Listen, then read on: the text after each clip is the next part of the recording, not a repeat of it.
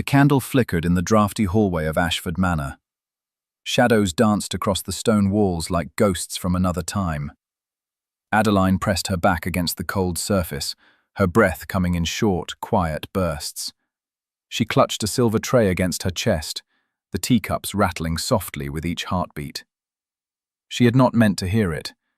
The Duke's voice had carried through the half-open door of his study, low and broken. He spoke to no one, alone in that dark room, and his words cut through the silence like a blade. 6 months, he had whispered. Perhaps less. Adeline's hands had begun to shake. She knew she should leave, should pretend she heard nothing, but her feet would not move.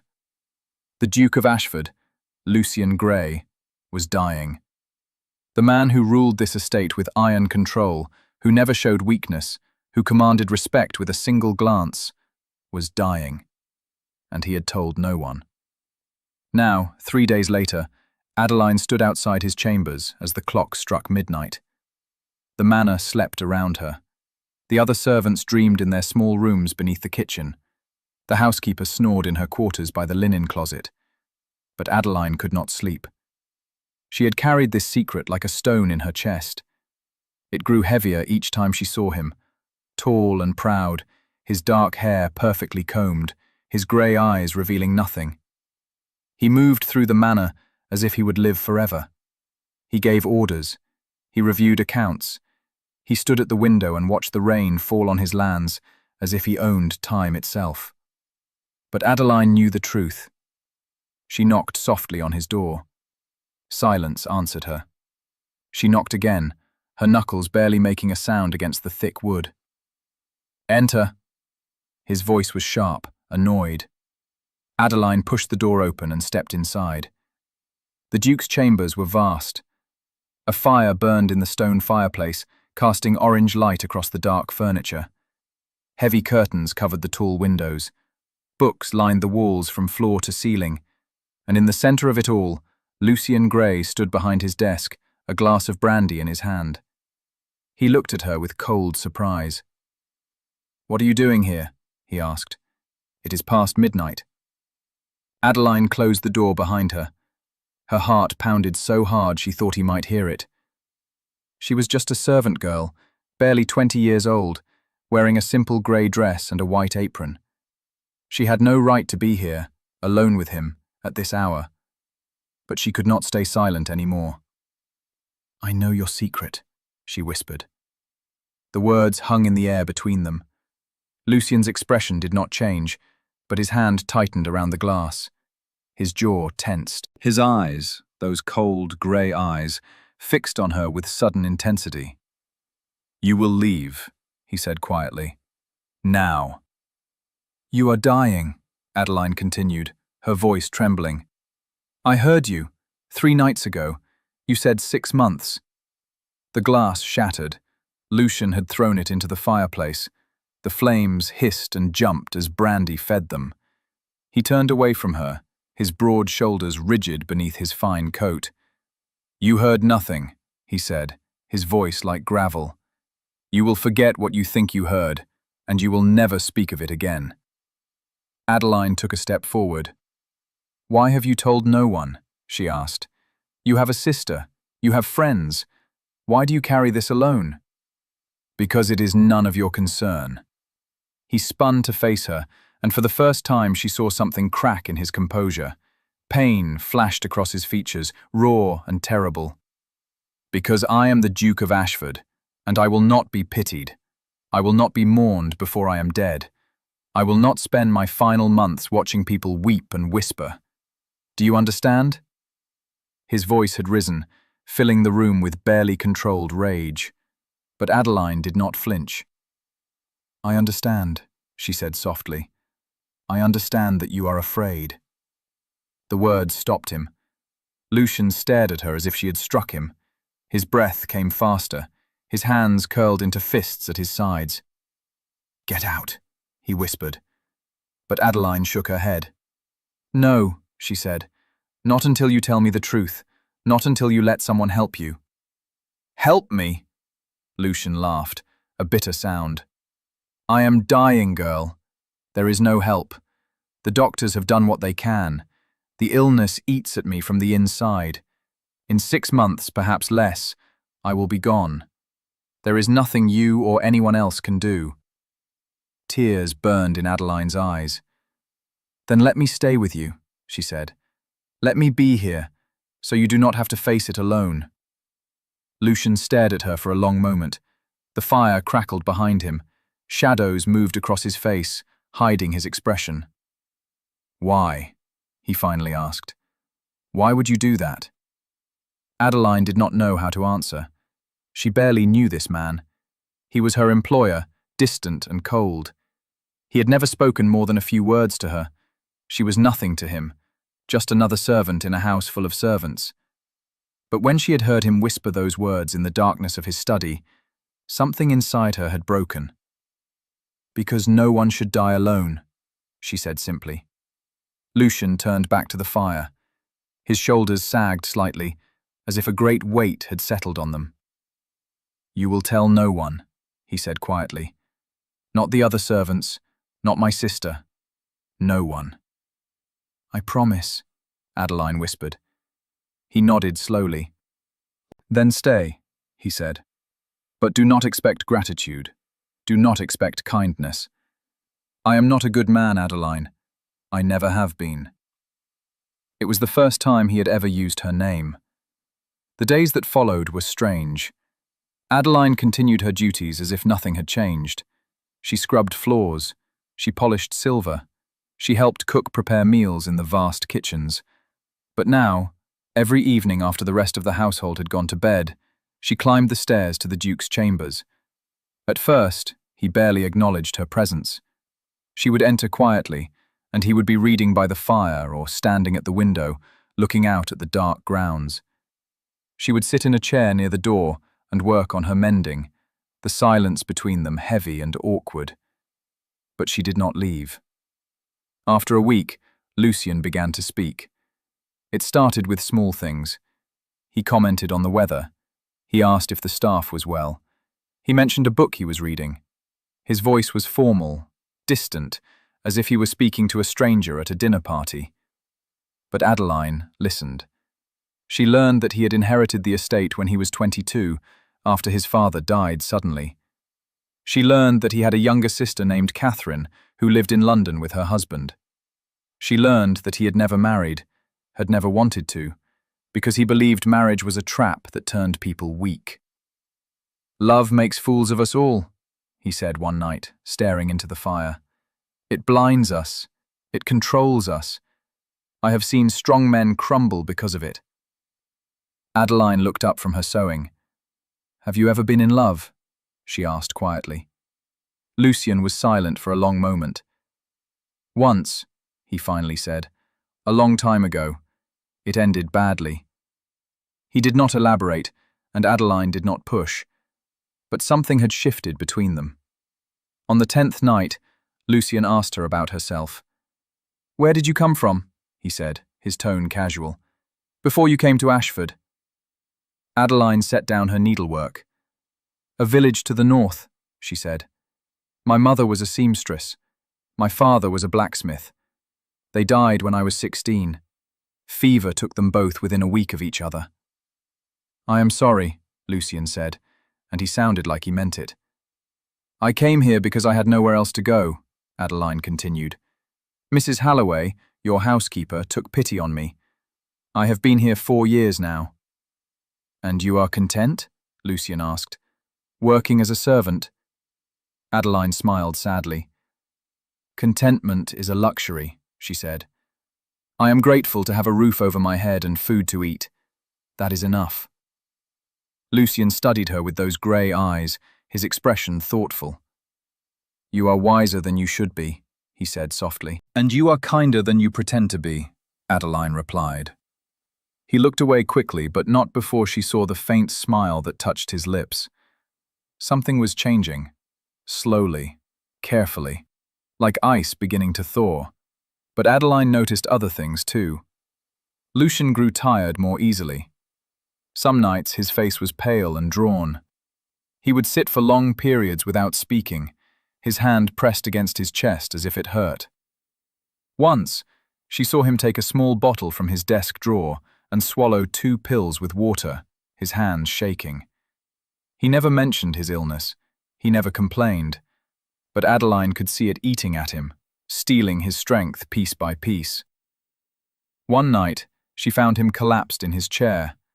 She had knocked as usual, but he had not answered. Worried, she pushed the door open and saw him slumped forward, his breathing shallow and labored. "Your Grace!" She rushed to his side, her heart racing with panic. Lucian's eyes fluttered open. He looked at her with confusion, as if he did not recognize her. "Adeline," he murmured. "What?" "You fainted," she said, her hands hovering over him, unsure what to do. "I will call for the doctor." "No." His hand shot out and grabbed her wrist. His grip was weak but desperate. "No, doctor, I am fine." "You are not fine," Adeline said, tears threatening. "You need help." "I just need to rest," Lucian said. He tried to stand, but his legs would not hold him. He would have fallen if Adeline had not caught him, wrapping her arms around his waist. He was so tall, so much larger than her, but in that moment he felt fragile. "Let me help you to the bed," she said softly. He did not argue. Adeline guided him across the room, taking most of his weight. She helped him sit on the edge of the large 4-poster bed, then knelt to remove his boots. "You do not have to do this," Lucian said, his voice thick with exhaustion. "I know," Adeline said. She set his boots aside and helped him lie back against the pillows. She pulled a blanket over him, her movements gentle. Lucian closed his eyes. "Stay," he whispered. "Please." Adeline sat on the chair beside the bed. She reached out slowly and took his hand in hers. His fingers were cold. "I am here," she said. "I will not leave." He squeezed her hand weakly, and then his breathing deepened as sleep took him. Adeline sat there all night, watching over him, her heart heavy with an emotion she could not name. The next morning, Lucian acted as if nothing had happened. He was dressed and sitting at his desk when Adeline arrived with his breakfast tray. He thanked her politely and told her to go about her day. His face was pale, but his voice was steady. Adeline wanted to argue, wanted to demand that he see a doctor, but she knew it would be useless, so she stayed silent. But something had changed. That evening, when she came to his chambers, Lucian was not inside. Adeline searched the room with her eyes, confused. The fire was lit, but the space felt empty. She was about to leave when she noticed the door to the balcony was open. A cool breeze drifted in, carrying the scent of roses. She stepped outside and found him there. Lucian stood at the stone railing, looking out over the gardens. The sun was setting, painting the sky in shades of gold and crimson. The roses below were in full bloom, their petals bright against the dark green leaves. "It is beautiful," Adeline said softly, coming to stand beside him. "My mother planted these roses," Lucian said. He did not look at her, his gaze fixed on the garden below. She loved this view. She would stand here for hours, watching the flowers grow. "She had good taste," Adeline said. Lucian smiled faintly. "She was the only person who ever made this place feel like a home," he said. "After she died, it became just a house. Cold. Empty." "How old were you when she passed?" Adeline asked. 12, Lucian said. "She had been ill for years. We all knew it was coming, but knowing did not make it easier." Adeline heard the pain in his voice, old and deep. "Is that why you do not want to tell your sister?" she asked gently. "Because you do not want her to suffer the way you did?" Lucian turned to look at her, surprise flickering in his eyes. "You are perceptive," he said. "I listen," Adeline replied. They stood in silence for a moment, the evening air cool against their skin. "Come with me," Lucian said suddenly. "Where?" Adeline asked. "The garden." He gestured to the stairs that led down from the balcony. "I want to show you something." Adeline hesitated. Servants were not meant to wander the grounds with the Duke. If anyone saw them, there would be talk, questions.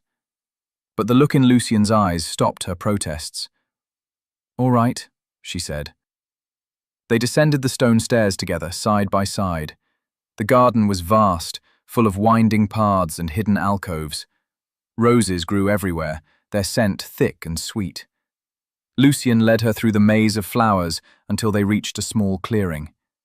In the center stood a statue. It was a woman carved from white marble, her face serene and beautiful. She held a rose in her hand, and her stone eyes gazed at something far away. "My mother," Lucian said softly. "I had it made after she died. I come here when I need to think." Adeline looked at the statue, at the delicate features and the gentle expression. "She was beautiful," she said. "She was kind," Lucian corrected. "That was more important." He sat down on the stone bench beside the statue, and Adeline joined him. The evening light filtered through the trees, dappling the ground with gold. "I have not brought anyone here before," Lucian admitted. "Not even Catherine." "Why did you bring me?" Adeline asked. Lucian was quiet for a long time. When he finally spoke, his voice was raw. "Because you do not look at me with pity," he said. "Because you do not treat me like I am already dead. Because when I am with you, I feel like I can breathe." Adeline's heart twisted. "You are not dead," she said firmly. "You are still here. You are still alive." "For now," Lucian said bitterly. "Then make it matter," Adeline said. She turned to face him, her eyes blazing. "Stop hiding. Stop pretending. If you only have 6 months, then live them. Do not waste them locked in your study, alone and angry." Lucian stared at her, his expression unreadable. "What would you have me do?" he asked quietly. "Whatever makes you happy," Adeline said. "See your sister, ride your horses, walk in this garden every day, read the books you love, eat the foods you enjoy. Fill your life with things that bring you joy, not just duty." "And you?"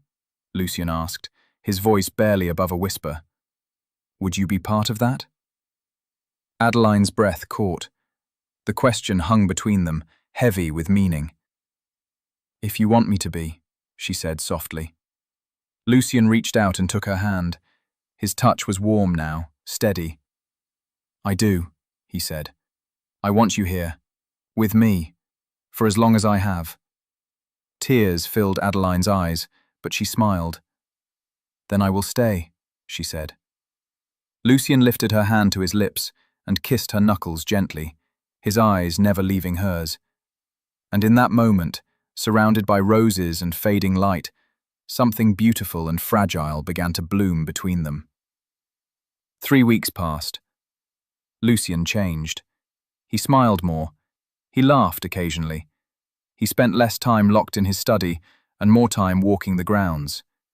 He took Adeline with him everywhere, to the garden, to the stables, to the small lake on the edge of the estate where swans glided across the water.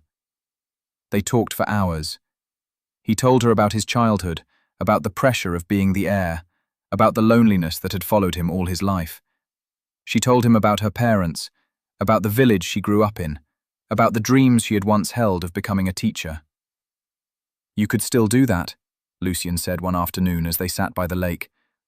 "After I'm gone, I will make sure you have enough money to start a new life." "Do not talk like that," Adeline said, her voice sharp. Lucian looked at her in surprise. "I am only being practical," he said.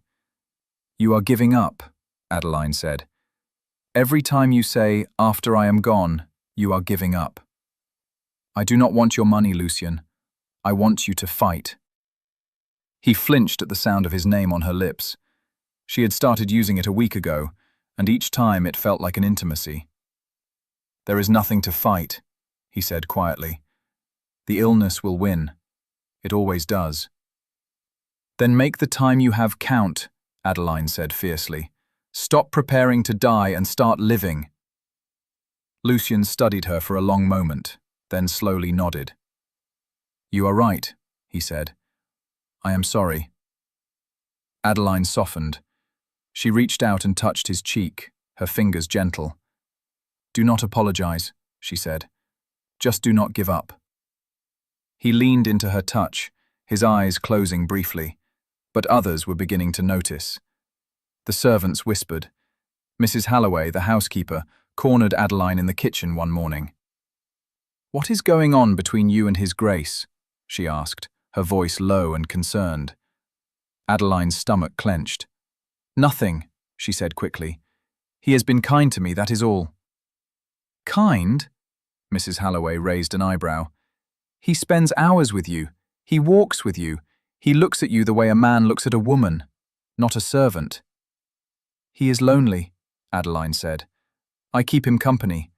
There is nothing improper about it. Mrs. Halloway sighed. Be careful, child, she said.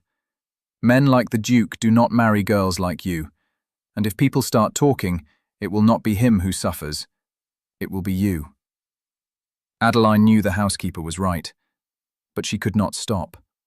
She did not want to stop, because something had grown between her and Lucien, something powerful and undeniable. It was not just friendship. It was not just compassion. It was love. She had fallen in love with a dying man, and she did not know what to do about it. One evening, as they sat in his chambers, Lucien suddenly took her hand. I need to tell you something, he said, his voice serious.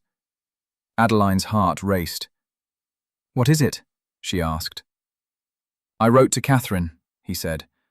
I told her the truth. I told her I am dying. Adeline squeezed his hand. How did she respond? She asked. She is coming here, Lucien said. She will arrive tomorrow. Adeline felt a pang of something she did not want to name. Jealousy? Fear? That is good, she said, forcing a smile. You should not be alone in this. I am not alone, Lucien said, his eyes intense. I have you, but I am just a servant, Adeline said, the words tasting bitter. Your sister is your family. She belongs here. You belong here, Lucien interrupted. His hand cupped her face, his thumb brushing her cheek. You belong with me. Adeline's breath hitched. Lucien, she whispered. He leaned closer, his gaze dropping to her lips. Tell me to stop, he said, his voice rough. Tell me this is wrong, and I will stop. But Adeline could not speak. She closed the distance between them and kissed him. It was soft at first, tentative, as if they were both afraid of breaking something fragile. But then, Lucien's arms came around her, pulling her close, and the kiss deepened. It was full of desperation and longing, of all the things they could not say out loud. When they finally pulled apart, both of them were breathing hard. This is madness, Lucien said, his forehead resting against hers. I know, Adeline whispered. I am dying, he said. I know, she said again, tears slipping down her cheeks. And I love you, Lucien said, his voice breaking. Adeline's heart shattered and soared at the same time. I love you too, she said. They held each other in the firelight, the world falling away around them. But they both knew the truth. Their time was running out. Catherine arrived the next day in a flurry of expensive clothes and barely controlled panic. She was beautiful, with dark hair like her brother's and the same grey eyes. But where Lucien was reserved, Catherine was vibrant. She swept into the manor like a storm, demanding answers, demanding to see her brother immediately. Adeline watched from the shadows as Lucien greeted his sister in the drawing room. Catherine threw her arms around him and sobbed. Why did you not tell me sooner? She cried. How could you keep this from me? I did not want to worry you, Lucien said, his voice calm. Worry me? Catherine pulled back, her face wet with tears. Lucien, you are my brother, my only family. And you are dying, and you thought I should not know." "I am sorry," Lucian said quietly. Catherine wiped her eyes and took a shaky breath. "How long?" she asked. "The doctors say perhaps 6 months," Lucian said. "Perhaps less." Catherine's face crumpled, but she forced herself to stay composed. "Then we will make the most of it," she said firmly. "I am staying here. Richard can manage without me for a while. I am not leaving you." Lucian smiled faintly. "Thank you," he said. Over the next few days, Catherine took over the household with efficient grace. She ordered the staff around, planned meals, arranged for specialists to come from London to examine Lucian. She was a whirlwind of activity, as if she could keep death at bay through sheer force of will. But she noticed Adeline. "Who is that girl?" Catherine asked Lucian one afternoon as they sat in the library. Adeline had just brought them tea, and Catherine had watched her leave with narrowed eyes. "Her name is Adeline," Lucian said. "She is one of the servants." "She is more than that," Catherine said. "I see the way you look at her." Lucian set down his book. "What are you implying?" he asked, his tone careful. "I am implying that you care for her," Catherine said, "and she clearly cares for you. Lucian, what is going on?" Lucian was silent for a moment. "I love her," he finally said. Catherine stared at him. "You love a servant girl," she said slowly, as if testing the words. "Yes," Lucian said. "Does she know?" Catherine asked. "Yes," Lucian said again. Catherine leaned back in her chair, her expression torn between shock and something else, maybe sadness. "What are you going to do?" she asked quietly. "I do not know," Lucian admitted. "I do not have time to marry her, to give her the life she deserves. I do not have time for any of this, but I cannot let her go." Catherine reached over and took her brother's hand. "Then do not," she said. "Do not waste what little time you have worrying about what is proper or what society expects. If she makes you happy, hold on to her." Lucian looked at his sister with surprise and gratitude. "Thank you," he said. That night, Catherine sought out Adeline. She found her in the kitchen helping to clean up after dinner. The other servants scattered when the Duke's sister entered, leaving Adeline alone. "Walk with me," Catherine said. It was not a request. Adeline followed her out into the garden, her heart pounding.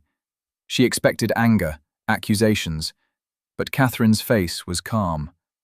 They walked in silence until they reached the rose garden, now bathed in moonlight. "He told me he loves you," Catherine said, turning to face Adeline. Adeline's breath caught. "I love him too," she said quietly. Catherine studied her for a long moment. "I believe you," she said, "but you must understand, this will not end well. Even if he survives longer than expected, society will never accept you. You will be shunned, whispered about, called terrible names." "I know," Adeline said. "And you are willing to face that?" Catherine asked. "For him, yes," Adeline said without hesitation. Catherine's expression softened. "You are braver than I am," she said. "When my husband was courting me, I almost did not marry him because my friends disapproved. I cared too much about what people thought." "But you do not care at all, do you?" "I care," Adeline said, "but not more than I love him." Catherine smiled sadly. "Then you have my blessing," she said, "for what it is worth. Make my brother happy, Adeline. Give him a reason to smile in these final months. That is all I ask." Tears filled Adeline's eyes. "Thank you," she whispered. Catherine reached out and squeezed her hand. "Thank you," she said, "for being there when I could not be." Another month passed. Lucian grew weaker. It was slow at first, almost imperceptible. A bit more tired in the evenings, less appetite at meals. But then the decline quickened. Some days he could not get out of bed. Adeline stayed with him through it all. She read to him when his eyes hurt too much to focus. She brought him food and coaxed him to eat. She held his hand when the pain grew too intense and the medicine did not help. Catherine hired nurses, but Lucien sent them away. He wanted only Adeline. "You do not have to do this," he told her one night, his voice weak. "You do not have to watch me waste away." "I am not going anywhere," Adeline said firmly. She sat on the edge of his bed, her hand stroking his hair. "I promised I would stay, and I will." "I do not want you to remember me like this," Lucien said, his eyes wet. Weak, helpless. "I will remember you as brave," Adeline said, "as strong, as the man who fought to live every single day, even when it hurt." Lucien reached up and touched her face. "I do not deserve you," he whispered. "You deserve everything," Adeline whispered back. But the fear was always there, lurking beneath the surface. Fear that one morning she would wake up and he would be gone. Fear that she would lose him before she was ready. Fear that loving him would destroy her. One afternoon, a doctor came from London, a specialist Catherine had begged to examine Lucien. Adeline waited outside the bedroom, her hands clenched together, her heart racing. When the doctor finally emerged, his face was grim. "How long?" Catherine asked, her voice shaking. "Weeks," the doctor said quietly. "Perhaps a month if he is strong. I am sorry." Catherine covered her mouth with her hand, tears streaming down her face. Adeline felt the world tilt. Weeks. Not months. Weeks. She stumbled to the nearest chair and sat down hard, her vision blurring. Catherine came to her and knelt down, taking her hands. "We will get through this," she said, though her voice was thick with grief. "Together." But Adeline did not know if she could. That night, she lay beside Lucien in his bed, her head on his chest, listening to his heartbeat. It was slower than it should be, irregular. "I am afraid," she admitted into the darkness. "So am I," Lucien said. His hand stroked her hair gently. "But I am grateful too. Grateful that I met you. Grateful for these months. They have been the happiest of my life." "Mine too," Adeline whispered. "Promise me something," Lucien said. "Anything," Adeline said. "When I am gone, do not mourn me forever," he said. "Live, Adeline. Find happiness. Do not let my death be the end of your life too." "Do not talk like that," Adeline said, her voice breaking. "Promise me," Lucien insisted. "I promise," Adeline lied, because she knew she could never keep that promise. They lay together in silence, holding on to each other as tightly as they could, as if their embrace could keep death at bay. But death was patient. It was coming, slow and inevitable, and there was nothing they could do to stop it. 2 weeks later, Lucien surprised everyone. He announced that he wanted to host a dinner party. Catherine thought he was mad. "You can barely walk," she said. "How do you expect to entertain guests?" "I will manage," Lucien said stubbornly. "I want one more night, one more evening of laughter and music and life. Is that so much to ask?" Catherine sighed but agreed.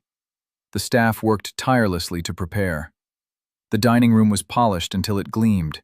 Candles were placed everywhere. Flowers filled the vases. The cook prepared a feast. And Lucien insisted that Adeline attend. "As a guest," he said. Adeline stared at him. "I cannot," she said. "I am a servant. It would be improper." "I do not care," Lucien said. "I want you there, beside me." "Lucien," Adeline said gently, "people will talk." "Let them talk," Lucien said. His gray eyes burned with intensity. "I have wasted too much of my life caring what people think. I will not waste these final days." So Adeline agreed. Catherine lent her a dress, a beautiful gown of deep blue silk that fit her perfectly. Adeline stared at herself in the mirror and barely recognized the woman looking back. She looked like a lady, not a servant. The guests arrived that evening. Friends of Catherine's, a few neighbors, people Lucian had not seen in years. They were shocked to find him so thin, so pale. But he greeted them all with warmth and grace. And he introduced Adeline as his companion. The whispers started immediately, but Lucian ignored them. He kept Adeline at his side throughout the evening, his hand finding hers under the table, his eyes seeking her out across the room. After dinner there was music. A small orchestra played in the corner of the drawing room. Couples danced. Lucian stood and offered Adeline his hand. "Dance with me," he said. "You should rest," Adeline said, worried. "I will rest when I am dead," Lucian said with a faint smile. "Dance with me, Adeline." She took his hand. He led her onto the floor, and they swayed together to the music. Lucian was weak, his steps slow, but he held her close and she supported him. "Thank you," he whispered into her hair. "For what?" Adeline asked. "For giving me this," Lucian said. "For giving me a reason to keep fighting." Adeline's eyes burned with tears. "I love you," she said. "I love you too," Lucian said. And then, in front of everyone, he knelt down. The music stopped. The room fell silent. Lucian reached into his pocket and pulled out a ring, a simple gold band with a single diamond. "Marry me," he said. Adeline's heart stopped. "Lucian," she breathed. "I know I do not have much time," Lucian said, his voice shaking. "I know I cannot give you the life you deserve. But I want to spend whatever time I have left as your husband. Marry me, Adeline. Please." Tears streamed down her face. The room was full of shocked faces, whispers, gasps. But Adeline did not care. "Yes," she said. "Yes, I will marry you." Lucian smiled, a true, radiant smile, and slipped the ring onto her finger.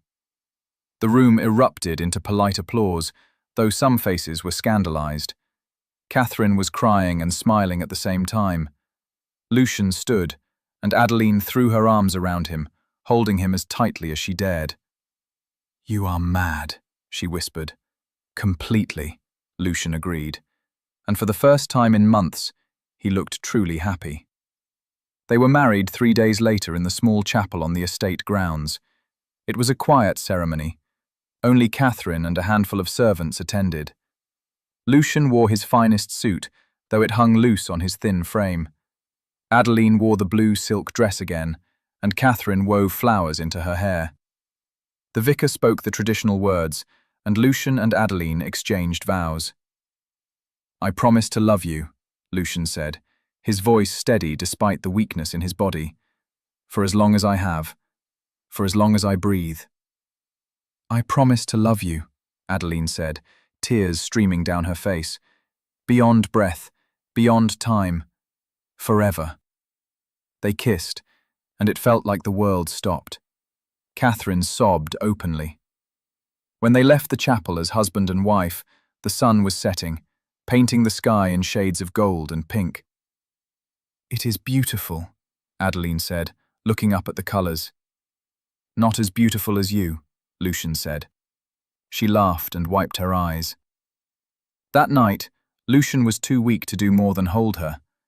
They lay together in his bed, their bed now, wrapped in each other's arms. "Thank you," Lucian whispered. "For what?" Adeline asked. "For making me the happiest man alive," he said. Adeline kissed his forehead. "You have made me happy too," she said. They fell asleep like that, tangled together, their hearts beating in sync. But happiness was fragile. The next morning, Lucian could not get out of bed. The pain was worse. His breathing was labored. The doctor came and gave him medicine, but it did little to help. Adeline stayed by his side, holding his hand, reading to him, singing softly when the pain was too much for words. Catherine sat in the corner, her face pale and drawn. "I do not want to leave you," Lucian said one evening, his voice barely a whisper. "I want to stay." I want more time. I know, Adeline said, her heart breaking. I want that too. Promise me you will be happy, Lucian said again. Promise me you will live. I will try, Adeline said, because that was the only truth she could offer. Lucian's eyes closed. I love you, he whispered. I love you too, Adeline whispered back. And then she felt his hand go limp in hers. Lucian? She said, her voice rising with panic. His chest still rose and fell, but his breathing was shallow, uneven. Lucian! Adeline cried, shaking him gently. Catherine rushed over, her face white. Get the doctor, she said. Adeline ran. But deep down, she knew. The end was coming. The doctor arrived within the hour. He examined Lucian carefully, his face grim. Then he asked to speak with Catherine and Adeline in private. They stood in the hallway outside the bedroom, the air thick with dread. I need to tell you something, the doctor said slowly. Something I should have mentioned before. What is it? Catherine demanded. The doctor hesitated. The Duke's illness, he said, is not natural. Adeline's blood turned to ice. What do you mean? She asked. I mean, the doctor said, his voice low, that I believe he has been poisoned. The word hung in the air like a curse. Poisoned? Catherine repeated, her voice sharp. That is impossible. Who would— I do not know, the doctor interrupted. But the symptoms, the slow progression, the way his body is deteriorating, it matches arsenic poisoning, small doses over time. Adeline felt the ground sway beneath her. Are you certain? She asked. I cannot be certain without more tests, the doctor admitted. But I am experienced enough to recognize the signs. Someone has been poisoning the Duke, and if we do not stop it, he will die within days. Catherine's face went white. Who would do this? She whispered. Who would want to kill Lucian? Adeline's mind raced. And then she remembered. The tea. Every night, for months, Lucian had drunk tea before bed. A special blend, prepared by the kitchen staff, meant to help him sleep. The tea, Adeline said suddenly. It is in the tea. The doctor nodded slowly. That would make sense, he said. A little bit each night. Enough to make him sick, but not enough to kill him quickly. Whoever did this wanted it to look like a natural illness. But why? Catherine asked, her voice breaking. Why would anyone do this? Adeline did not know, but she was going to find out. She marched down to the kitchen, her heart pounding with fury. Catherine and the doctor followed. The kitchen was empty except for the cook, a plump woman named Mrs. Dawson, who had worked at the manor for 20 years. Mrs. Dawson, Adeline said, her voice cold. Who prepares the Duke's tea? Mrs. Dawson looked up in surprise. I do, dear, she said. Why do you ask? Where do you get the ingredients? Adeline pressed. From the pantry, Mrs. Dawson said slowly. The herbs and such. They are delivered from the village apothecary once a month. Who delivers them? Catherine asked sharply. Mrs. Dawson frowned. A boy from the shop, she said. Why? What is this about? Adeline and Catherine exchanged a look. We need to see those herbs, the doctor said. Mrs. Dawson led them to the pantry, a small room lined with shelves. She pointed to a jar labeled Sleep Blend. The doctor opened it and examined the contents carefully. He sniffed it, touched a small amount to his tongue, then spat it out. His face went dark. Arsenic, he said, mixed with the herbs. Clever. It would be almost impossible to detect in the tea. Mrs. Dawson gasped and covered her mouth. I did not know, she said, tears welling in her eyes. I swear I did not know. We believe you, Catherine said, but we need to find out who is behind this. Adeline's mind was racing. The apothecary, she said.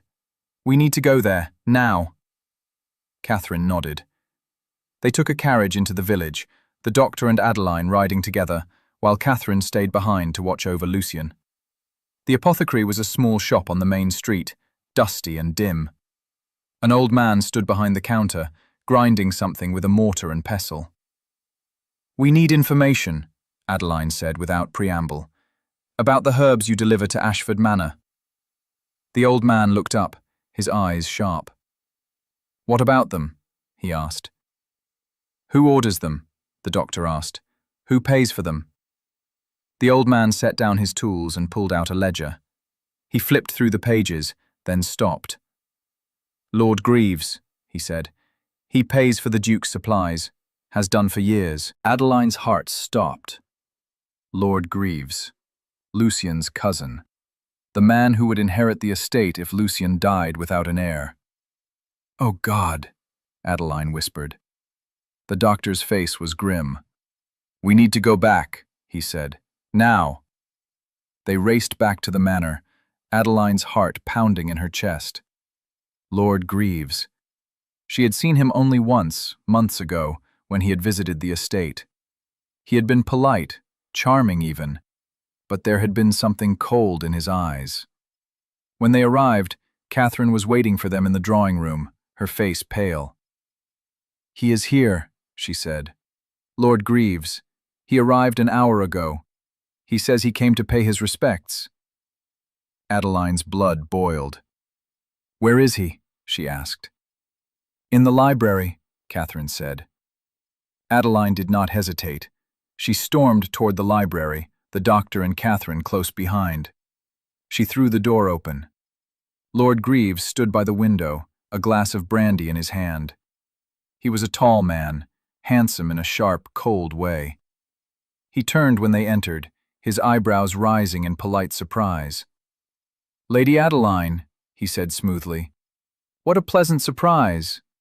And the Duke's sister, of course. To what do I owe this visit?" "You have been poisoning him," Adeline said, her voice shaking with rage. "You have been putting arsenic in his tea. You have been killing him slowly so you could inherit the estate." Lord Greaves did not flinch. In fact, he smiled. "That is quite an accusation," he said calmly. "Do you have proof?" "The apothecary," the doctor said, stepping forward. "He has records showing you paid for the Duke's herbal supplies. Supplies that have been laced with arsenic." Lord Greaves took a sip of his brandy. "Circumstantial," he said. "I have been helping my cousin by covering some of his household expenses. There is nothing sinister about that." "You are lying," Adeline said, her hands clenched into fists. "Am I?" Lord Greaves set down his glass and walked toward her. "Tell me, girl, what did you think would happen? Did you think you could marry a duke and become a duchess? Did you think you could steal an inheritance that does not belong to you?" "This is not about me," Adeline said. "This is about you murdering your own family." "Prove it," Lord Greaves said, his voice turning hard. "Go ahead. Call the authorities. Accuse me. But you will find that I have been very careful. There is no evidence that will stand in court. And by the time you waste your time trying to build a case, dear Lucien will be dead." Adeline lunged at him. Catherine and the doctor grabbed her, holding her back as she screamed. "You monster!" she cried. "You will not get away with this." Lord Greaves laughed. "I already have," he said. But then a voice cut through the room, weak but clear. "No, you have not." Everyone turned. Lucien stood in the doorway, leaning heavily against the frame. He was deathly pale, barely able to stand, but his eyes burned with fury. "Lucien," Lord Greaves said, his smile faltering, "you should be resting." "You poisoned me," Lucien said, his voice gaining strength. "My own cousin, my own blood." "You cannot prove that," Lord Greaves said. "I can," Lucien said.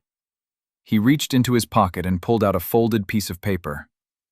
"This is a confession, written by the boy who delivered the herbs. He admits that you paid him extra to add something to the blend, something you told him was a Special medicine. Lord Greaves's face went pale. "You are lying," he said.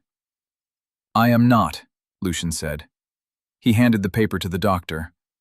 "I had my suspicions weeks ago. I hired an investigator. He found the boy and convinced him to talk." Adeline stared at Lucian in shock. "You knew?" she whispered. "I suspected," Lucian said, his eyes meeting hers. "But I could not prove it until now." Lord Greaves's mask crumbled. Rage twisted his features. "You were supposed to die," he snarled. "You were supposed to waste away quietly, and I was supposed to inherit. But then she came along." He pointed at Adeline. "That little servant whore who wormed her way into your bed and convinced you to fight." Lucian took a step forward, his fists clenched. "You will never speak of my wife that way again," he said, his voice deadly. Lord Greaves laughed bitterly. "Your wife," he sneered. "She is not a duchess. She is nothing." "She is everything," Lucian said. "And you are finished." Catherine had already sent for the authorities. Within the hour, Lord Greaves was arrested and taken away, shouting threats and curses. Adeline collapsed into a chair, shaking. Lucian stumbled over to her and knelt down, taking her hands. "I am sorry," he said. "I should have told you." "You should have," Adeline said, tears streaming down her face. "But you are alive. That is all that matters." The doctor examined Lucian again that evening. "The poison is still in his system," he said. "But now that we know what it is, we can treat it. With time and care, he may recover." Adeline felt a surge of hope so strong it hurt. "He will live?" she asked. The doctor smiled. "He has a chance," he said. "A real chance." Recovery was slow. Lucian spent weeks in bed, his body fighting to expel the poison. There were dark days when the pain was unbearable, when he could not eat, when he cried out in agony. But Adeline never left his side. She fed him when he was too weak to lift a spoon. She bathed him when he was too tired to move. She held him when the nightmares came, whispering that he was safe, that she was there. Catherine helped too, organizing the household, managing the estate, ensuring that Lucian had everything he needed. Slowly, day by day, Lucian grew stronger. His color returned. His appetite came back. He began to sit up, then stand, then walk with Adeline's support. 3 months after Lord Greaves was arrested, Lucian walked out into the garden on his own. Adeline watched from the balcony, tears streaming down her face. He was alive. He was going to live. That evening, they sat together by the fire, wrapped in blankets. "I thought I was going to die," Lucian said quietly. "I had accepted it. And then you came into my life and changed everything." "You fought," Adeline said. "You did not give up." "Because of you," Lucian said. He turned to face her, his grey eyes intense. "You saved me, Adeline. In every way a person can be saved." Adeline smiled through her tears. "We saved each other," she said. Lucian leaned forward and kissed her, soft and sweet. "I love you," he whispered against her lips. "I love you too," Adeline whispered back. A year later, Ashford Manor was filled with life again. Lucian had made a full recovery. He was healthy and strong, no longer haunted by the shadow of death. He and Adeline had renewed their vows in a grand ceremony, this time with all of society watching. Some still whispered about the Duke who married a servant, but most had come to respect Adeline for her grace and strength. Catherine visited often, bringing her husband and children. The manor rang with laughter and joy. Lucian and Adeline walked through the rose garden together, hand in hand. "Do you remember the first night you came to my chambers?" Lucian asked, smiling. "How could I forget?" Adeline said. "I was terrified." "So was I," Lucian admitted. "Terrified that you would see how weak I was, how scared." "You were never weak," Adeline said. "You were the strongest person I have ever known." Lucian stopped and pulled her close. "I used to think I was dying alone," he said. "But then you whispered my secret, and everything changed. You gave me a reason to live." "You gave me a reason to love," Adeline said. They kissed beneath the roses, the sunlight warm on their faces. And in that moment, surrounded by beauty and life, they knew they had won.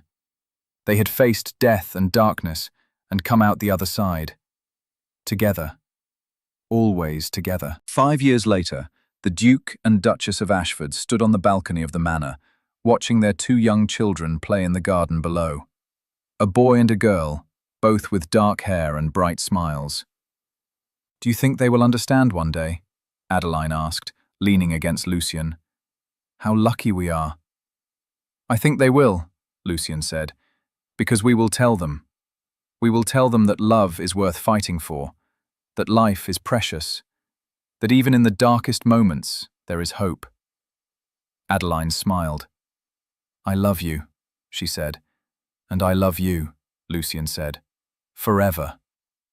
They stood together, watching the sun set over the estate, their hearts full. The secret that had almost destroyed them had become the foundation of their greatest joy. And they would never forget the night a servant girl whispered the truth that changed everything. The night love began.